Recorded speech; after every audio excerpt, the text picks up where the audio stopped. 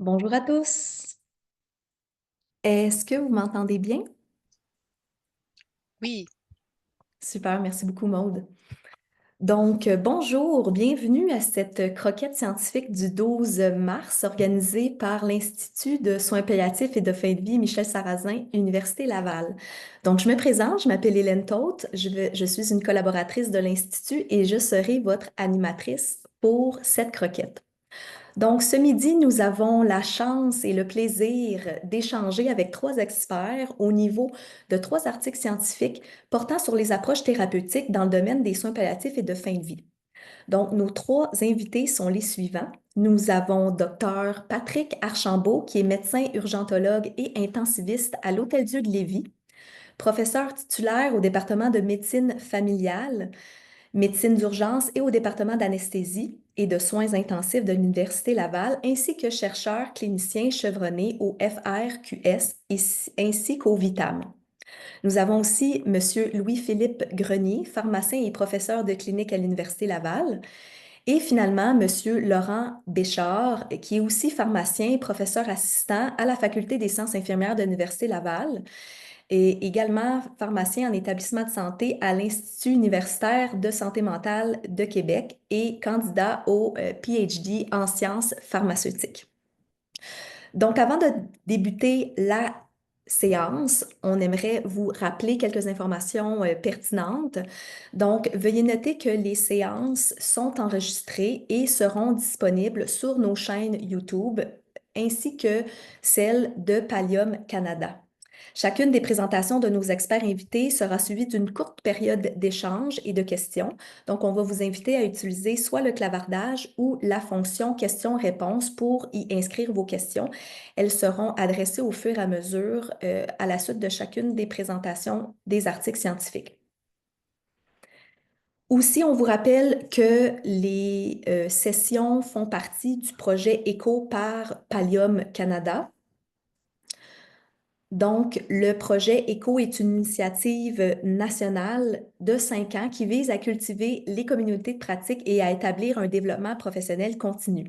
Donc, c'est un projet qui est soutenu par une contribution financière de Santé Canada, mais on tient à rappeler que les opinions exprimées ici ne représentent pas nécessairement celles de Santé Canada. Et avant de laisser la parole à notre premier invité, pardon, nous souhaitons mentionner que dans un esprit d'amitié et de solidarité, l'Université Laval rend hommage au premier peuple de ces lieux. Étant la croisée des peuples Huron-Wendat, Wabanaki, Innu, Atikamekw et Wolastoqey, nous honorons nos relations les uns avec les autres. Donc, sans plus tarder, je vais laisser la parole à notre premier invité, M. Grenier, pour son article. alors bonjour à tous. Merci de l'invitation. Puis je tiens à dire que les organisatrices ont travaillé là, pour préparer le PowerPoint que j'ai mis un petit peu à ma main. Fait que je vous parle d'un article qui a été publié récemment qui parle de la rotation des gabapentinoïdes vers la duloxétine dans un contexte de soins palliatifs. On va pouvoir avancer, donc aucun conflit d'intérêt. Fait que ça a été publié dans le Journal of Pain and Symptom Management. C'est un journal avec un facteur d'impact de 3,2 qui est quand même pas si mal. C'est publié sous forme de lettre à l'éditeur, fait qu'on est loin de une étude randomisée double aveugle avec 5000 patients comme en cardio, là. C'est souvent le cas en soins palliatifs. On a des études un peu à devis ouvert ou dans le cas ici, c'est une étude rétrospective qu'ils ont fait là, sur un centre unique là, qui est au Texas, c'est le MD Anderson. Les patients étaient évalués par un médecin qui était board certified en soins palliatifs dans une clinique de soins palliatifs, donc au Texas. Puis, ils voulaient, leur hypothèse de base, c'est que les gens devraient transitionner, là, les gens avec de la douleur cancéreuse sous opioïdes devraient transitionner du gabapentin vers la duloxétine parce qu'il y a un risque moindre de sédation et de dépression respiratoire. Dans leur introduction, qui est assez courte et assez sommaire, eux, ils associent là, donc les gabapentinoïdes et les opioïdes à des risques encourus par les patients. La duloxétine serait plus sécuritaire, puis ils disent que c'est ce qui est indiqué maintenant par l'ASCO, qui est l'association américaine, là, parce que c'est recommandé pour les douleurs neuropathiques induites par la chimiothérapie. Je tiens à dire d'abord, c'est un peu un raccourci, là, mais on va en reparler. Fait qu'on peut changer de diapo. Et qu'est-ce qui sous-tend leur hypothèse? Là, effectivement, là, quand on remonte un peu là, historiquement, là, dans les années 2000, les combinaisons pour les douleurs cancéreuses ont été étudiées là, de gabapentin et des opioïdes. Ça, c'est une étude qui avait faite le New England, mais qui avait juste 57 patients. Puis on remarquait que c'était plus efficace de donner du gabapentin avec des opioïdes, mais on savait que la dose maximale de chaque agent toléré était moindre. Donc, plus de somnolence quand les deux agents sont ensemble, mais les scores de douleur étaient moins bons. Fait que moi, de la façon que je le vois, c'est oui, on a peut-être un peu plus de toxicité, mais on permet avec des doses plus petites de mieux soulager les patients. Ça a même été jusqu'en méta-analyse, puis les conclusions de la méta-analyse, ben, c'était que le gabapentin permettait des meilleurs contrôles de douleur là, en douleur cancéreuse lorsqu'associé avec les opioïdes, surtout en contexte de douleur neuropathique. On va changer. L'autre gabapentinoïde qu'on a dans notre arsenal, c'est le Lyrica prégabalin.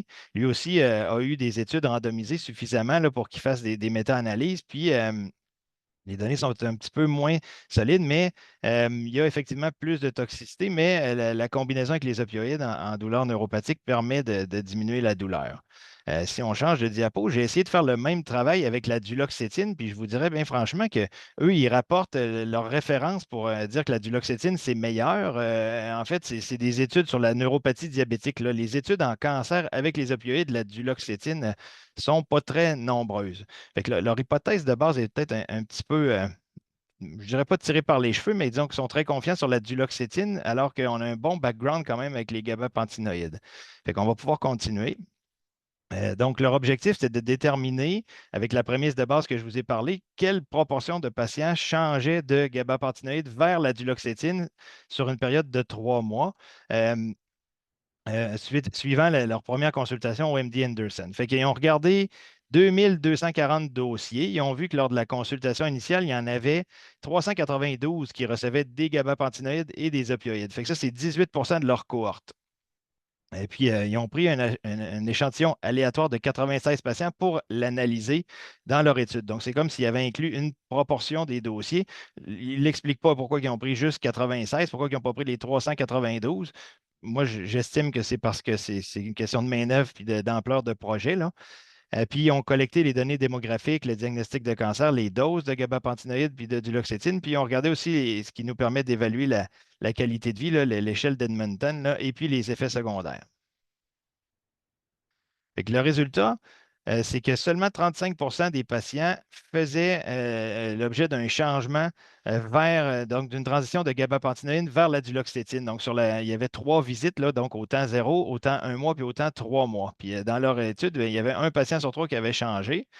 Puis, ça se faisait des fois progressivement ou des fois dès la première évaluation, mais ce qui remarquait, c'est que la dose de gabapentinoïde diminuait progressivement, mais généralement, les patients finissaient qui avaient la combinaison des trois, donc opioïdes, duloxétine puis gabapentinoïde. Puis, il y a 3 patients qui ont signalé des effets secondaires à la duloxétine, mais on va voir un petit peu là, plus loin, on va continuer. Euh, Qu'eux, ils concluent que c'est décevant, c'est moins fréquent qu'escompté malgré les recommandations actuelles, mais ils avouent que leur taille d'échantillon est petite, puis c'est un caractère rétrospectif, là. Comment qu'ils expliquaient le fait que ce soit décevant? Ben, eux, ils trouvent ça décevant. Moi, je ne peux pas conclure que c'est un échec nécessairement, du fait que leur devis, c'était de voir qui changeait, puis ils s'attendaient absolument à ce qu'il y ait des changements, mais je ne suis pas certain que en tout cas, si on se fie à la Un peu pratique que moi j'ai en soins palliatifs, ce n'est pas tout à fait ce qui se passe dans la vraie vie, là. Il mentionne que la duloxétine aurait un profil d'innocuité supérieur, mais est-ce que tout le monde est au courant de ça? Parce que, disons que les études abondent pas nécessairement en ce sens-là sur des gros nombres de patients. Fait qu'il mentionne que c'est peut-être par le manque de sensibilisation des cliniciens associés au risque des gabapentinoïdes. Il y avait peut-être d'autres médecins qui géraient les patients dans ces 3 mois-là durant le suivi. Puis, il y avait peut-être aussi un bon contrôle avec les gabapentinoïdes. Puis, effectivement, on va le voir un peu plus loin, là. On va changer la diapo.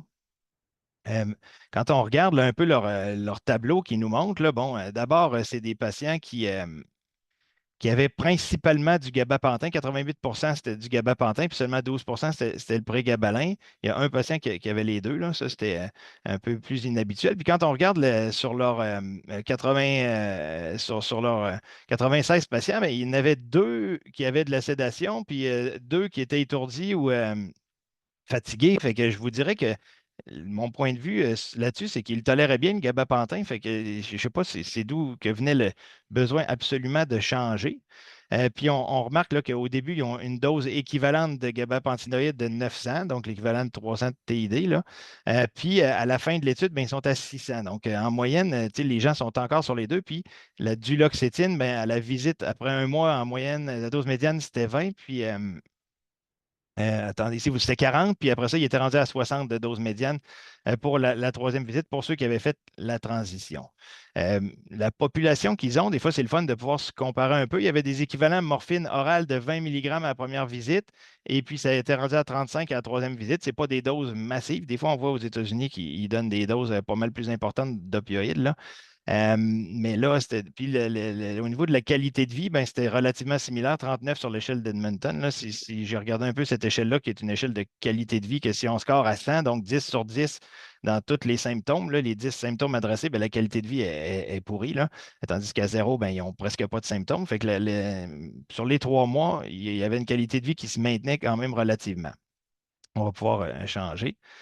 Fait que moi, ma propre conclusion à ça, c'est que je pense que leur hypothèse de base, qu'on est absolument obligé de changer ça, puis que c'est clairement démontré que c'est mieux de mettre les gens à la duloxétine, je pense que c'est peut-être erroné. Eux, ils mentionnent qu'on devrait faire ça à cause qu'il y a plus de données en douleurs neuropathiques induites par la chimiothérapie, là. Mais ce n'est pas nécessairement dit que c'est le même. On fait la transition exactement avec les douleurs neuropathiques cancéreuses, là. Les patients toléraient très bien le gabapentin puis leur gabapentinoïde dans l'étude au départ, fait que d'où vient le besoin de changer. Et puis, la grande question qui demeure, c'est est-ce que quand un patient a des symptômes, on devrait cesser le gabapentinoïde puis les opioïdes, puis transitionner vers la duloxétine, où on devrait combiner les mécanismes d'action dans le but de mieux soulager la douleur neuropathique. Fait que ça, on n'est toujours pas capable de répondre à cette question-là. Je pensais que c'était ça que l'étude nous aiderait à faire. Euh, mais globalement, je ne peux pas dire que c'est un échec comme étude, mais je pense que ça ne nous avance pas beaucoup, malheureusement, malgré le titre qui paraissait fort prometteur, ça ne nous avance pas beaucoup sur notre pratique. Dans leur évaluation des doses de gabapentinoïdes, là, ils utilisaient un ratio de 1 prégabalin pour 6 gabapentin. Il manque le 6 là, dans le bas de ma diapositive, mais nous autres, c'est ce qu'on fait aussi quand on veut transitionner de prégabalin à gabapentin. Fait que finalement, ce que ça a confirmé, de manière publiée, c'est qu'on peut utiliser ce ratio-là de manière, je pense, sécuritaire. Cliniquement, ça marche. Puis eux aussi, ils utilisent le même ratio s'ils veulent calculer les doses équivalentes. Donc, un prégabalin pour 6 gabapentins. Fait que voici mes pensées sur cette étude-là, s'il y en a qui ont des questions. Merci beaucoup, Monsieur Grenier. Donc, j'invite les participants à utiliser soit le chat ou l'application questions-réponses directement dans l'application Zoom pour poser vos questions à Monsieur Grenier. Euh, de notre côté, Monsieur Grenier, on se demandait si les résultats là, de cette étude-là seraient généralisables peut-être à d'autres types de populations, de patients, comme par exemple les patients qui reçoivent d'autres types d'analgésie ou d'autres types de maladies. Est-ce que c'est quelque chose qui... Ben, eux, c'est des douleurs qui ne sont pas très bien décrites non plus, là. C'est pas dit que c'est des douleurs, mais en fait, on suppose que c'est des douleurs cancéreuses, mais puis tu sais, je pense qu'on peut le transposer aux douleurs cancéreuses. Est-ce que la portion neuropathique ou pas était précisée? Non. C'est dur de généraliser. C'est vraiment, honnêtement, un petit papier qui est rétrospectif, puis il nous manque des morceaux. Là, tu sais, c'est d'habitude, sur une étude, on a 4 5 6 pages avec plusieurs tableaux. Là, c'est vraiment une lettre à l'éditeur sur 2 pages. Donc, c'est dur de généraliser. Ce que ça me dit, c'est que dans d'autres centres, dans d'autres pays, ils ont l'air d'avoir tendance à combiner aussi gabapentinoïde avec du loxétine. Ils ne sentent pas le besoin de l'arrêter promptement non plus, puis que ça nuit pas à la qualité de vie, puis que ça se combine, là, ce trio-là, mais je ne peux pas en dire vraiment plus sur est-ce qu'on devrait faire ça pour tout le monde. Mhm, définitivement. On a une autre question aussi d'une participante qui nous demande en fait la duloxétine pour les gens qui ne savent pas c'est quoi exactement. Hey, je n'ai pas parlé de ça, mais c'est un antidépresseur, inhibiteur de recapture de noradrénaline et de sérotonine. Disons que c'est une nouvelle version de ce qu'on avait avant, qui était bien démontré en douleur neuropathique. Avant, on avait les antidépresseurs tricycliques là, qui avaient eu plusieurs études en douleur neuropathique, mais là, maintenant, probablement plus sécuritaire et mieux toléré, il y a la duloxétine là, qui joue là, ces neurotransmetteurs, sérotonine puis noradrénaline. Donc, c'est un antidépresseur, un médicament utilisé dans l'anxiété aussi mais il y avait d'abord des indications en neuropathie diabétique dans les maux de dos, dans les douleurs de genoux, puis aussi dans les douleurs post-zona. Là, on commence à vouloir l'utiliser beaucoup aussi en douleurs neuropathiques cancéreuses, puis on en a parlé plus tôt, mais c'était indiqué aussi pour les douleurs neuropathiques induites par la chimiothérapie. Mhm. Parfait, merci beaucoup pour cette précision. Et peut-être une dernière question. À ce stade-ci, pour l'entièreté des cliniciens qui nous écoutent en ce moment, ce serait quoi vos recommandations pratiques en lien avec l'étude présentée? Et honnêtement, là, ça serait soyez à l'aise de publier des articles. Si on réussit à faire un journal avec un article comme ça, on est capable de faire ça au Québec avec les systèmes qu'on a puis la qualité de pratique qu'on a parce que c'est vraiment pas un papier qui va être un game changer. Puis on fait un journal relativement adéquat. Là, fait que ce que je dirais, c'est faites de la recherche puis n'ayez pas peur de publier. On est quand même assez bon. Une petite tape dans le dos. Ouais, Super, merci beaucoup, Monsieur Grenier. ça fait plaisir. Donc, on va passer à notre deuxième article qui va être présenté par Dr. Archambault. Donc, je vous passe la parole. Bonjour, merci beaucoup pour l'invitation, puis merci aussi pour le support que vous avez apporté pour la mise en page des diapos.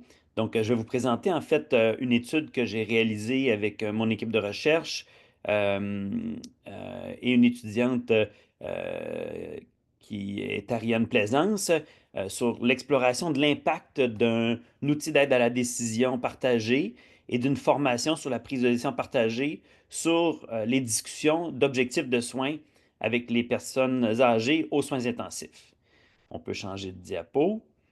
Euh, Juste pour vous dire que je suis un des auteurs de l'étude, donc j'ai un conflit d'intérêt avec l'article.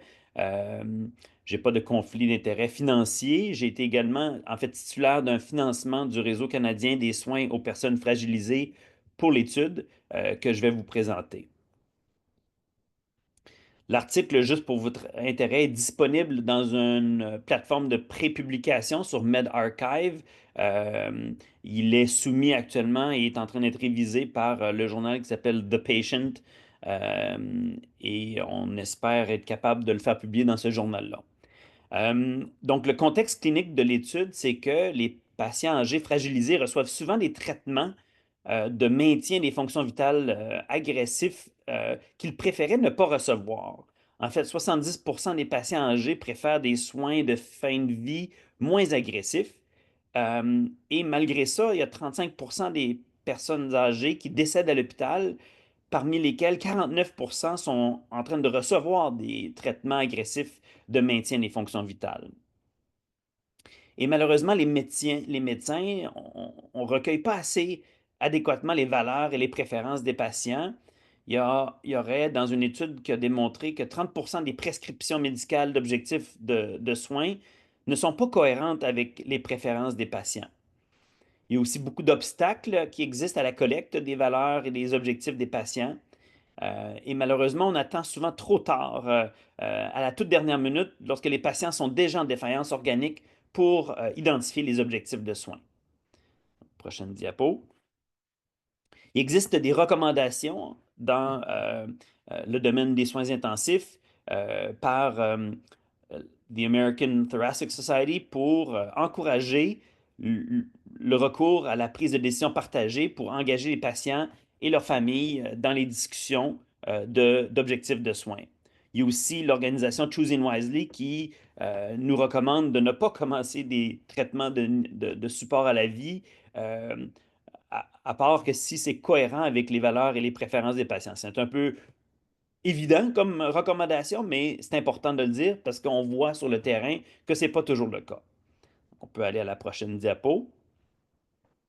Donc, le travail qu'on a étudié, ou l'intervention qu'on a étudiée a fait l'objet d'un développement centré sur l'utilisateur. Ariane Plaisance a développé, avec l'unité des soins intensifs à l'Hôtel-Dieu de Lévis, un outil d'aide à la décision partagée qui était adapté à notre contexte local, qui a été développé avec des patients des soins intensifs à l'Hôtel-Dieu de Lévis et avec le groupe d'intensivistes. Ça a été développé en 2016 et 2018. Vous y avez accès à cet outil sur la plateforme wikidécision.org. Donc, c'est un outil libre accès que vous pouvez utiliser et adapter à vos besoins si vous voulez. Le document, en fait, principal de l'outil d'aide à la décision est un document en format papier. C'est un livret de 11 pages écrit en langage simple et en français, et il y a une version en anglais aussi en ligne. Associé à cet outil, on a créé une formation en ligne qui permet aux utilisateurs qui veulent utiliser l'outil de bien le comprendre. Et cette formation-là est disponible au lien que vous voyez sur l'écran. Donc, l'objectif de notre étude était d'explorer l'impact d'un outil d'aide à la décision partagée et d'une formation en ligne sur la prise de décision partagée concernant les éléments suivants, soit les objectifs de soins des patients, le niveau d'implication des patients âgés dans la prise de décision partagée et la qualité des discussions sur les objectifs de soins à l'unité des soins intensifs. On a fait une étude pré-poste à 3 phases à l'unité des soins intensifs de l'Hôtel-Dieu de Lévis. On recrutait des patients de 65 ans et plus et on a fait, en fait, tous les intensivistes, sauf moi, évidemment, parce que j'étais responsable de l'étude, ont participé à l'étude comme, en fait, médecins qui menaient des discussions de niveau de soins. Donc, dans l'étude, on a essentiellement filmé, avec l'accord des patients et des médecins, des discussions d'objectifs de soins à 3 phases. Donc, la phase 1 a été faite sans le recours à l'aide ou l'outil d'aide à la décision. La phase 2 a été faite avec la possibilité des médecins d'y avoir accès et de l'utiliser s'ils le voulaient, mais sans avoir reçu la formation en ligne. Et finalement, la phase 3 était d'avoir subi ou de suivi la formation en ligne et de les encourager à utiliser l'outil d'aide à la décision partagé avec leurs patients. Donc, on a transcrit les enregistrements. On a utilisé une échelle qui s'appelle l'outil Option, qui a été utilisé pour évaluer l'engagement des patients dans la prise de décision partagée. Et on a utilisé les indicateurs de qualité Accept, qui avaient déjà été publiés par une autre équipe pour juger la qualité du processus de détermination et de documentation des objectifs de soins. On a aussi fait une analyse thématique qualitative des discussions entre les médecins et les patients. Et aussi, on a fait une séance de débriefage à la fin avec les intensivistes pour comprendre un peu leurs réactions et leurs idées suite à la divulgation des résultats de l'étude. Voici la grille options. Donc, il y a 12 items qui évaluent différents aspects de la prise de décision partagée. C'est une grille validée qui est très bien utilisée pour évaluer jusqu'à quel point on fait de la prise de décision partagée réellement avec les patients. Donc, il y a en fait, on évalue chaque item sur 4 points. Donc, il y a un score total de 48 points qui veut dire que la prise de décision partagée a été très présente, alors que 0, ben, il n'y a aucune prise de décision partagée qui a eu lieu. On va aller à la prochaine diapo.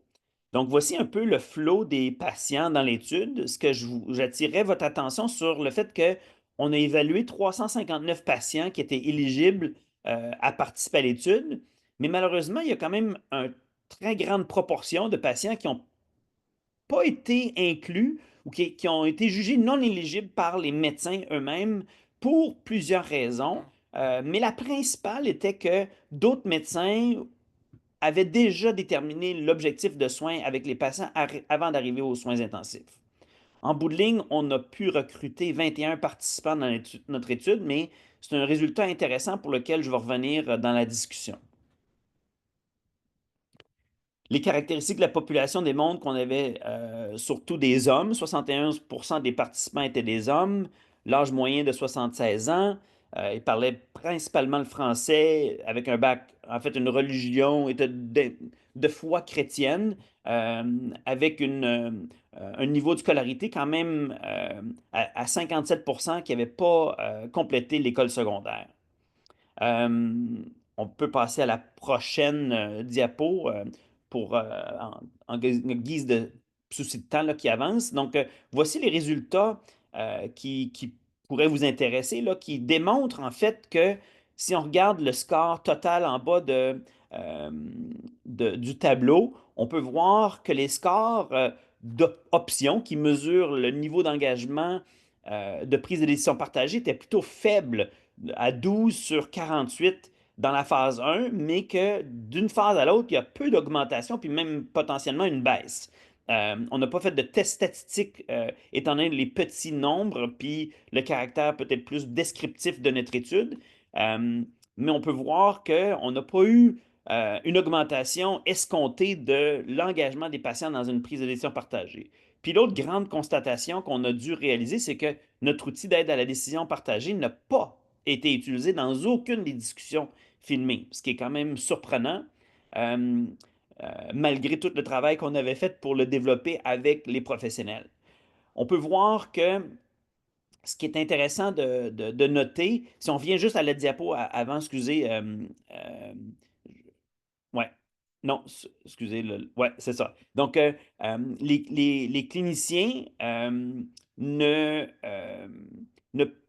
ne présentaient pas le matériel avant. Donc, quand on regarde un peu la grille option, théoriquement, on devrait présenter de l'information pour aider les patients à prendre une décision. Puis, d'une phase à l'autre, tous les participants ont scoré zéro parce qu'il n'y avait pas eu de partage de notre outil. Les cliniciens ne listaient pas les options, euh, toutes les options à présenter aux patients, dont l'option la plus importante aussi, c'est de ne rien faire. Donc, on leur offrait la RCR, on offrait la ventilation mécanique, mais on ne mettait pas l'emphase sur l'option qui pouvait peut-être être celui que les patients préféraient, qui était de ne rien faire ou de recevoir des soins de confort, des soins palliatifs adéquats. Donc, on peut aller à la prochaine diapo. Ici, les scores de Accept nous démontrent aussi en fait que avant la discussion, il n'y avait aucun membre de l'équipe qui avait fourni aux patients de l'information sur ce que c'était des objectifs de soins. Donc, les participants scoraient très faiblement ou en fait nul à chaque phase. Durant les discussions, les intensivistes évitait de parler du pronostic des patients, ce qui est aussi un élément vraiment important quand les patients doivent prendre une décision sur leur objectif de soins. Ce qui est rassurant, par contre, c'est que dans le dossier médical après, il y avait quand même une documentation des niveaux des objectifs de soins dans le dossier médical. Donc, à la phase 1, 100%. À la phase 2, il y avait uniquement 6 dossiers qui avaient été documentés. Et à la phase 3, 7 dossiers avaient une documentation d'objectifs de soins. Après la discussion, on peut voir que, si on revient aussi à la diapo, oui, excusez. Donc, ici, ce qui est intéressant, c'est qu'on peut voir que à travers les étapes, on peut voir que la phase 1, la phase 2, les niveaux de soins ou les objectifs de soins qui étaient documentés dans le dossier était cohérent avec ce que le patient disait durant les entrevues. Donc, on a pu documenter qu'il y avait peut-être une augmentation de la cohérence de ce qui était documenté dans le dossier et ce que le patient disait. Euh, Est-ce que c'est l'effet du hasard ou le type de patient ou d'intensiviste? C'est dur à dire avec le petit échantillon qu'on avait. On peut avancer. Donc, on a aussi documenté plusieurs résultats qualitatifs vraiment intéressants à mettre en évidence. Donc, on a noté plusieurs obstacles durant les discussions, notamment des difficultés auditives. Les patients, des fois, comprenaient ou n'entendaient pas tout ce que, ou n'entendaient pas bien ce que le médecin disait. Il y a aussi, chez les patients aux soins intensifs, un potentiel élevé de délirium subclinique et de confusion qui faisaient en sorte que les patients ne comprenaient pas toujours les discussions très bien. L'autre élément qui était très important, c'est que les intensivistes mettaient beaucoup d'emphase sur l'intervention, soit la RCR ou la ventilation mécanique, mais ne parlaient pas ouvertement de l'option de ne rien faire, donc de ne pas faire d'intervention agressive. Et l'option des soins palliatifs n'est vraiment pas vraiment abordée dans aucune des discussions en tant qu'option alternative. Puis ça explique une grande partie de nos faibles scores parce qu'on ne présente pas toutes les options disponibles. Ici, il y a un verbatim qui est quand même intéressant, là, qui a été capté durant une des entrevues. Donc, le médecin dit au patient, si votre cœur vous donne du trouble, là, la seule option qu'on a, c'est de lui donner des chocs et des coups pour essayer de le repartir. On peut aller à la prochaine diapo. Donc, il demeure beaucoup d'obstacles et de facilitateurs qui ont été identifiés par les intensivistes suite à la séance de débriefage après l'étude. Les intensivistes, en groupe, on s'est réunis, puis on a présenté nos résultats, puis on leur a demandé, mais c'est quoi les obstacles que vous voyez comme empêchant une bonne prise de décision partagée avec les patients? Donc, euh, l'attitude des médecins a été soulevée comme étant un des problèmes, les difficultés à changer les habitudes, la crainte de générer de l'anxiété chez le patient, la difficulté de parler de la mort au patient, les défis pour les soins optimaux aux soins intensifs, le manque de temps, les situations cliniques très difficiles et complexes et urgentes. Il y avait notamment des participants qui ont soulevé l'incompréhension des cliniciens par rapport à l'outil comme tel et comment il pouvait vraiment venir aider à supporter la prise de décision partagée. On soulevait aussi le manque de formation pratique et des enjeux de gestion de changement. Prochaine diapo.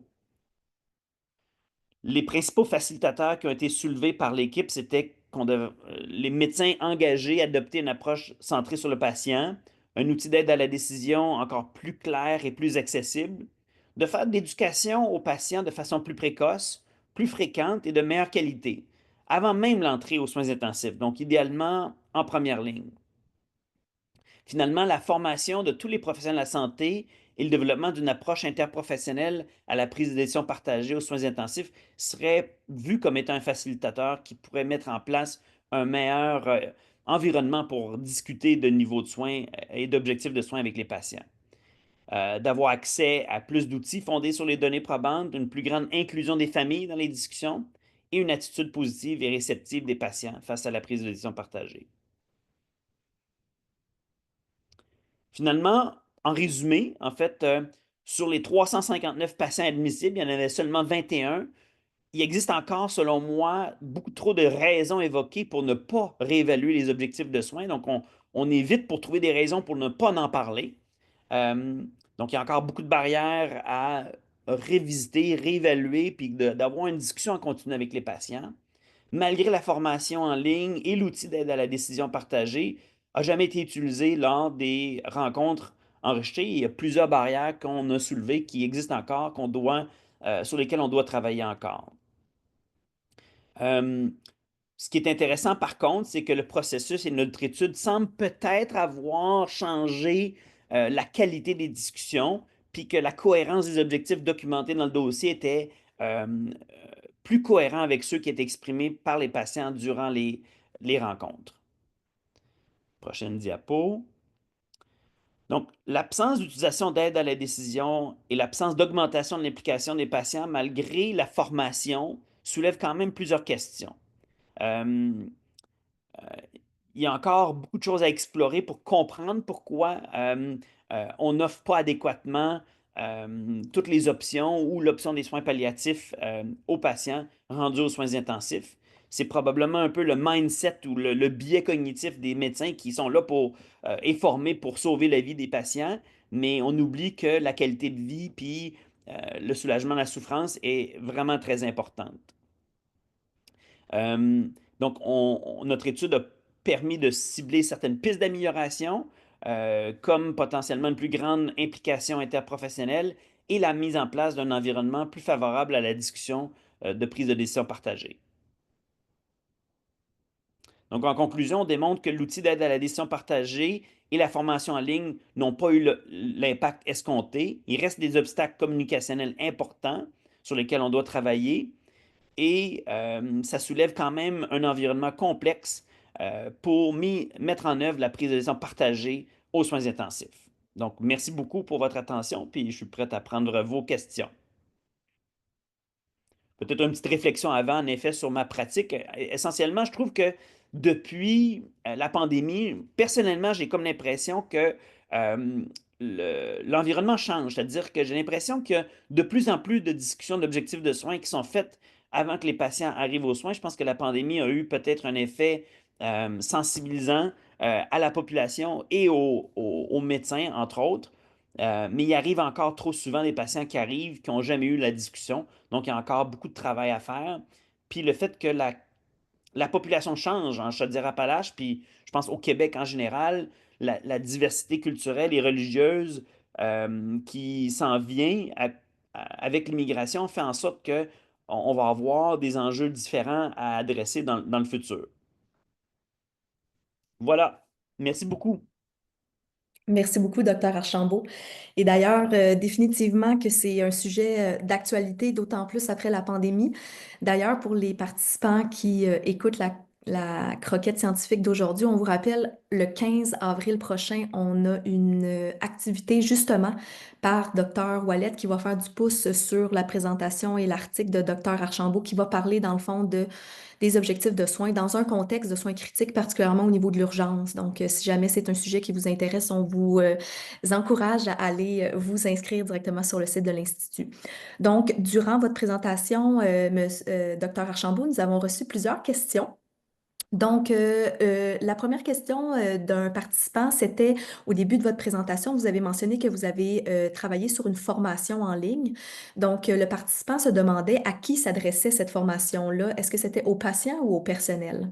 Au personnel, c'était vraiment une formation pour les intensivistes pour savoir comment utiliser l'outil d'aide à la décision partagée qu'on avait conçu. Parfait. Et le livret, est-ce qu'il était pour les patients ou les professionnels? Donc, le livret était conçu pour le patient. Donc, a été conçu comme étant un outil d'aide à la décision partagée. Donc, c'était un outil conçu pour le patient, mais comme un outil de communication que les professionnels pouvaient partager avec le patient et discuter des enjeux, des objectifs de soins. Parfait. Selon vous, comment votre étude pourrait aider à soutenir les cliniciens dans le choix des approches thérapeutiques dans un contexte de soins palliatifs et de fin de vie?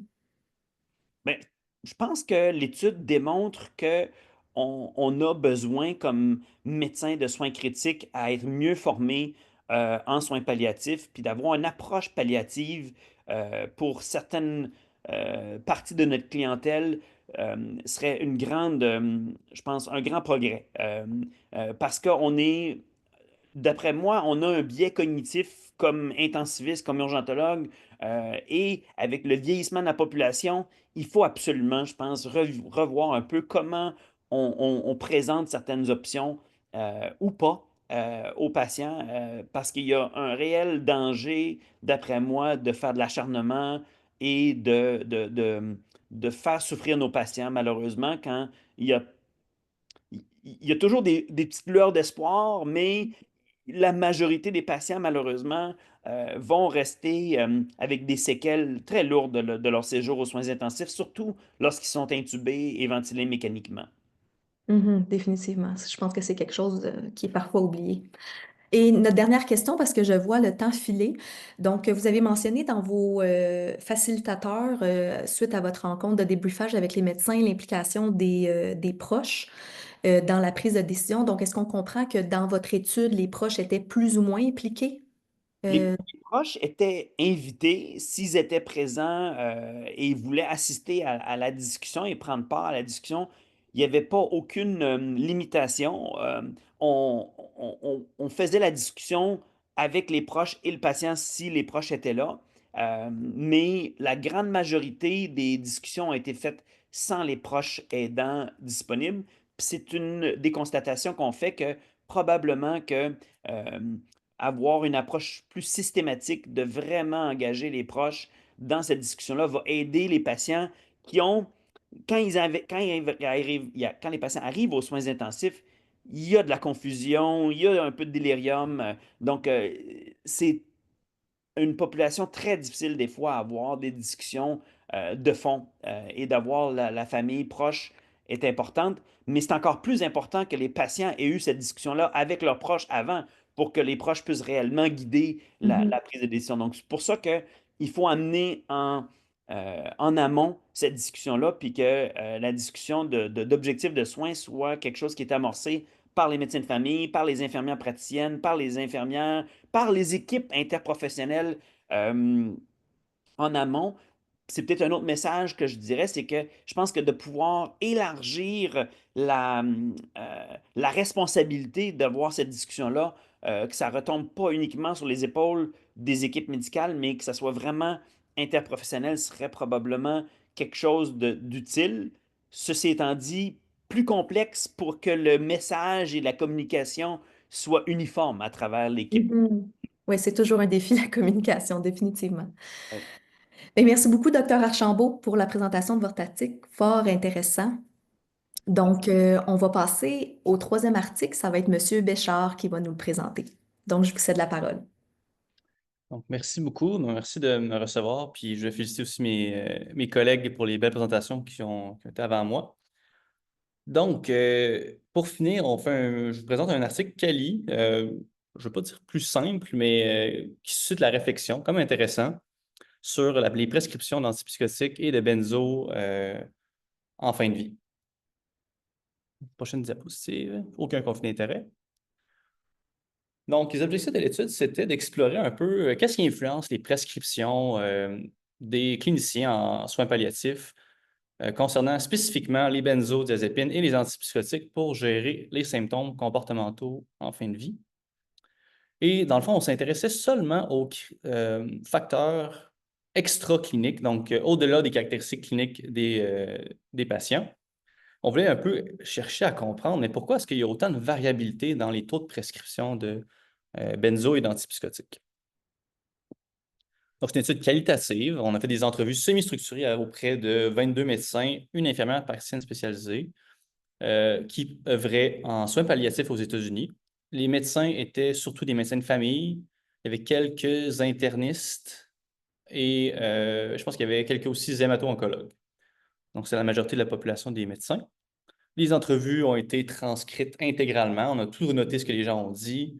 On a codé toutes les unités de sens, puis on a analysé pour ressortir les grands thèmes qui ressortaient des entrevues. Donc, les grands facteurs qu'ils ont identifiés, c'était un, les facteurs associés aux proches aidants et deux, les facteurs associés au milieu de soins. Dans les proches aidants, ce qu'on avait, c'était la détresse chez les proches aidants comme premier thème. Deuxième thème, c'est les préoccupations en lien avec les médicaments. Si on regarde au niveau des facteurs en lien avec les milieux de soins, c'était d'éviter les transferts de soins en fin de vie.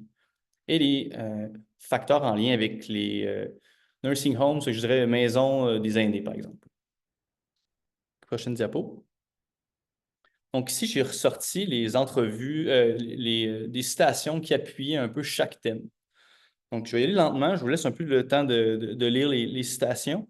En gros, ben, j'ai traduit ça avec ChatGPT, là, donc j'ai quand même relu pour s'assurer que ça faisait du sens, puis je pense que c'était assez fidèle là, à ce que les gens ont dit. Le thème 1, donc la détresse chez les proches aidants. Si je paraphrase un peu, c'est un peu cette idée-là que les soins en fin de vie sont des soins holistiques et qu'on doit prendre en considération la famille et les proches aidants dans la fin de vie. Si un symptôme comportemental amène la détresse chez les proches aidants, mais ça peut compliquer la fin de vie, ça peut faire peut-être un deuil plus compliqué et amener plus de détresse à long terme. Donc, je pense qu'il faut, ce qui était mentionné, c'est qu'il faut considérer la famille et les proches et que ça peut nous inciter à prescrire davantage de benzo ou d'antipsychotiques. Une autre citation ici, c'était de considérer les proches aidants comme des alliés dans la fin de vie, dans le sens que si un symptôme faisait en sorte que les proches aidants vivaient beaucoup de détresse et qui n'étaient pas disponibles émotionnellement pour soutenir le patient qui est en fin de vie, ben, on n'était pas plus avancé. Donc, on pouvait parfois utiliser plus d'antipsychotiques ou de benzo pour essayer d'éliminer une source de détresse chez le proche aidant pour que ce proche aidant-là soit plus disponible pour aider le patient et que ça se passe mieux. Si on passe au thème 2 maintenant, donc c'est des préoccupations en lien avec les médicaments, où on parle de stigmatisation en lien avec les médicaments. Donc, la première citation, c'est on parlait en fait de la crainte, beaucoup de la sécurité par rapport aux médicaments. Donc, ici, on dit que les proches pouvaient s'opposer à la prescription d'antipsychotiques, par exemple, parce que les proches aidants pourraient être au courant des black box warnings, là, donc des espèces de mise en garde graves dans les monographies des antipsychotiques. Et s'il est au courant de ça, il pourrait s'opposer à la prescription. Une deuxième citation en lien avec ça, c'était la crainte des proches que la prescription pourrait tuer le patient ou confirmer la sévérité un peu de la situation ou qu'il est vraiment malade. Et pour ces raisons-là, il pourrait s'opposer encore une fois aux prescriptions. Prochaine diapositive. Donc, le thème 3.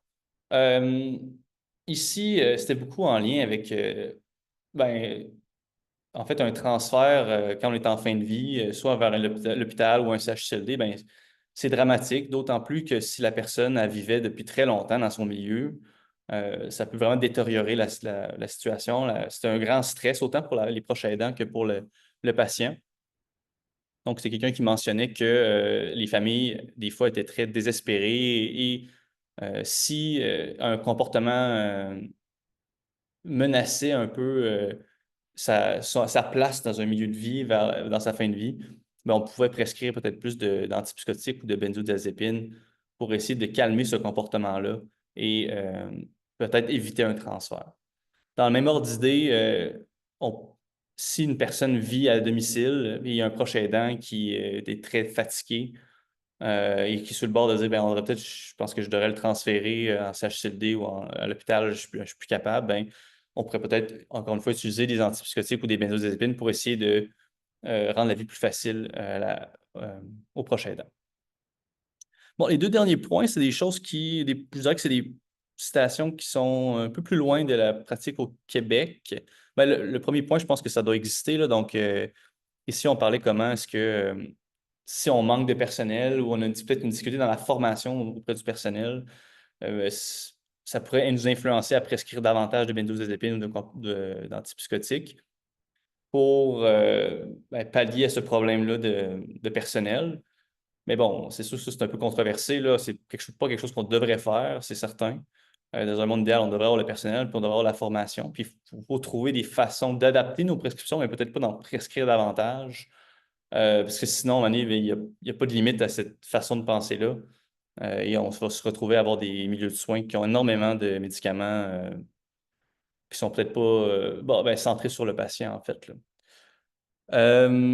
Dernier point, je ne vais pas passer le dernier point. Le dernier point, c'est celui que je trouve que ça ne s'applique pas vraiment au Québec, là. Ça a mentionné que certaines maisons des aînés aux États-Unis adoptent fermement, par exemple, les critères de Beers qui font en sorte que certaines prescriptions sont complètement interdites dans leur milieu. Donc, l'aldol, on n'a juste pas le droit d'en prescrire. C'est sûr que ça va changer énormément les prescriptions qui sont dans ces centres-là, mais à ma connaissance, ce n'est pas quelque chose qui existe au Québec. Donc, en discussion, ça met de l'avant un peu le rôle très important des proches aidants dans la fin de vie, je pense.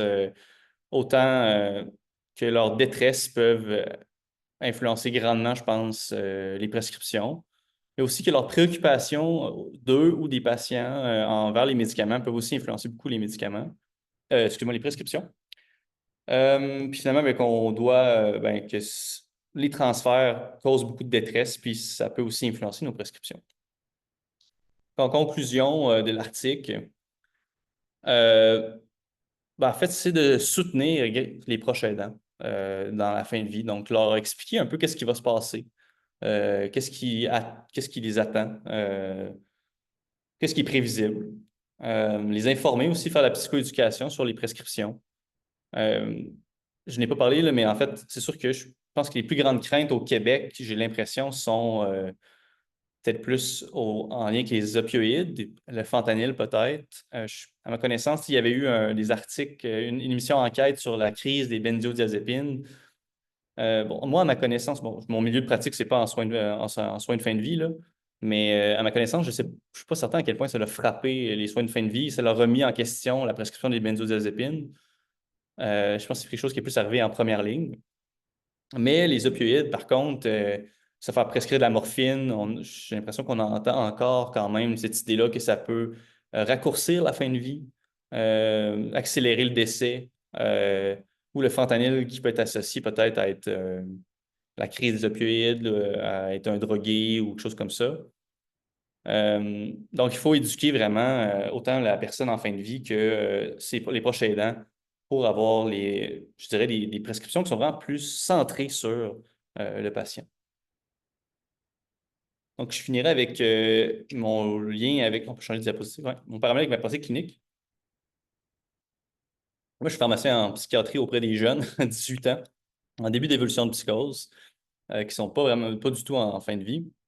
Mais c'était quand même intéressant de voir à quel point il y a des parallèles à faire entre ma pratique et cet article-là. Dans le sens qu'en psychiatrie, ben, les proches, les familles sont essentielles. Et eux, ils vivent beaucoup de détresse aussi de savoir que peut-être quelqu'un dans leur famille a une psychose. Il y a beaucoup d'incertitudes, il y a beaucoup de stigmatisation en lien avec la maladie aussi. Et c'est important de leur offrir du soutien, de la psychoéducation, savoir ben, qu'est-ce qui s'en vient et comment, ça va avoir une approche concertée tout le monde pour maximiser les chances. Ben, si on se fie à l'article d'avoir une belle fin de vie, ou si on se fie à ma pratique, ben, d'atteindre le rétablissement, d'avoir une vie satisfaisante malgré le fait d'avoir vécu une psychose. Prendre des médicaments, c'est rarement une décision individuelle, dans le sens que ben, dans ma pratique, ça va faire la différence entre peut-être prendre le médicament ou ne pas prendre le médicament, dans le sens où les patients ou les gens qui vivent la psychose vont se poser des questions sur le fait de prendre un médicament, vont demander l'opinion à leurs parents, à leurs proches, à leurs amis, leurs personnes de confiance. Et ça va les influencer sur quoi faire avec le médicament. Puis je dirais qu'en fin de vie, ça peut peut-être les influencer à vivre peut-être de la détresse ou non, dans le sens que ça peut, ça peut nous faire quelque chose de prendre un médicament en fin de vie. Peut-être un opioïde, par exemple, si on revient sur l'exemple que je viens de nommer. Peut-être que la personne, elle va prendre son fentanyl sans se poser de questions, mais elle va se dire, mon Dieu, je suis rendu là dans ma vie, moi, je suis rendu un accro au fentanyl. Puis émotionnellement ou au niveau de son identité, mais ça va peut-être amener de la détresse, mais elle va quand même prendre son médicament. Donc, il faut se questionner un peu sur, je pense, l'opinion des proches sur les médicaments. C'est qui les proches aussi? Moi, j'ai déjà eu des surprises, là. J'avais prescrit des médicaments pour dormir à une personne, puis ça avait causé beaucoup de détresse parce qu'elle avait des préjugés très négatifs envers ces médicaments-là. Et elle avait demandé l'opinion à son curé, savoir quoi faire avec cette situation-là. Et le curé s'était positionné en disant qu'elle devrait prendre ses médicaments pour dormir. C'était la bonne chose à faire. J'avais été un peu surpris d'entendre toute cette histoire-là, dans le sens que, ben, que le curé n'avait pas vraiment d'expertise pour se prononcer, puis il ne connaissait pas toute la situation. Mais en tout cas, bref, il s'était positionné quand même. Mais de voir que ça allait jusque-là, c'est qu'on peut vraiment poser des questions et demander des conseils à plusieurs personnes autour de nous. Le dernier point que je voulais mentionner, ben, c'était la stigmatisation ou l'autostigmatisation en lien avec la prise des médicaments. Je pense qu'en fin de vie, le classique, je pense que ça demeure vraiment la morphine, mais je pense qu'il faut poser la question aux gens, qu'est-ce qu'ils connaissent de ces médicaments-là? Qu'est-ce que ça leur fait de prendre ces médicaments-là?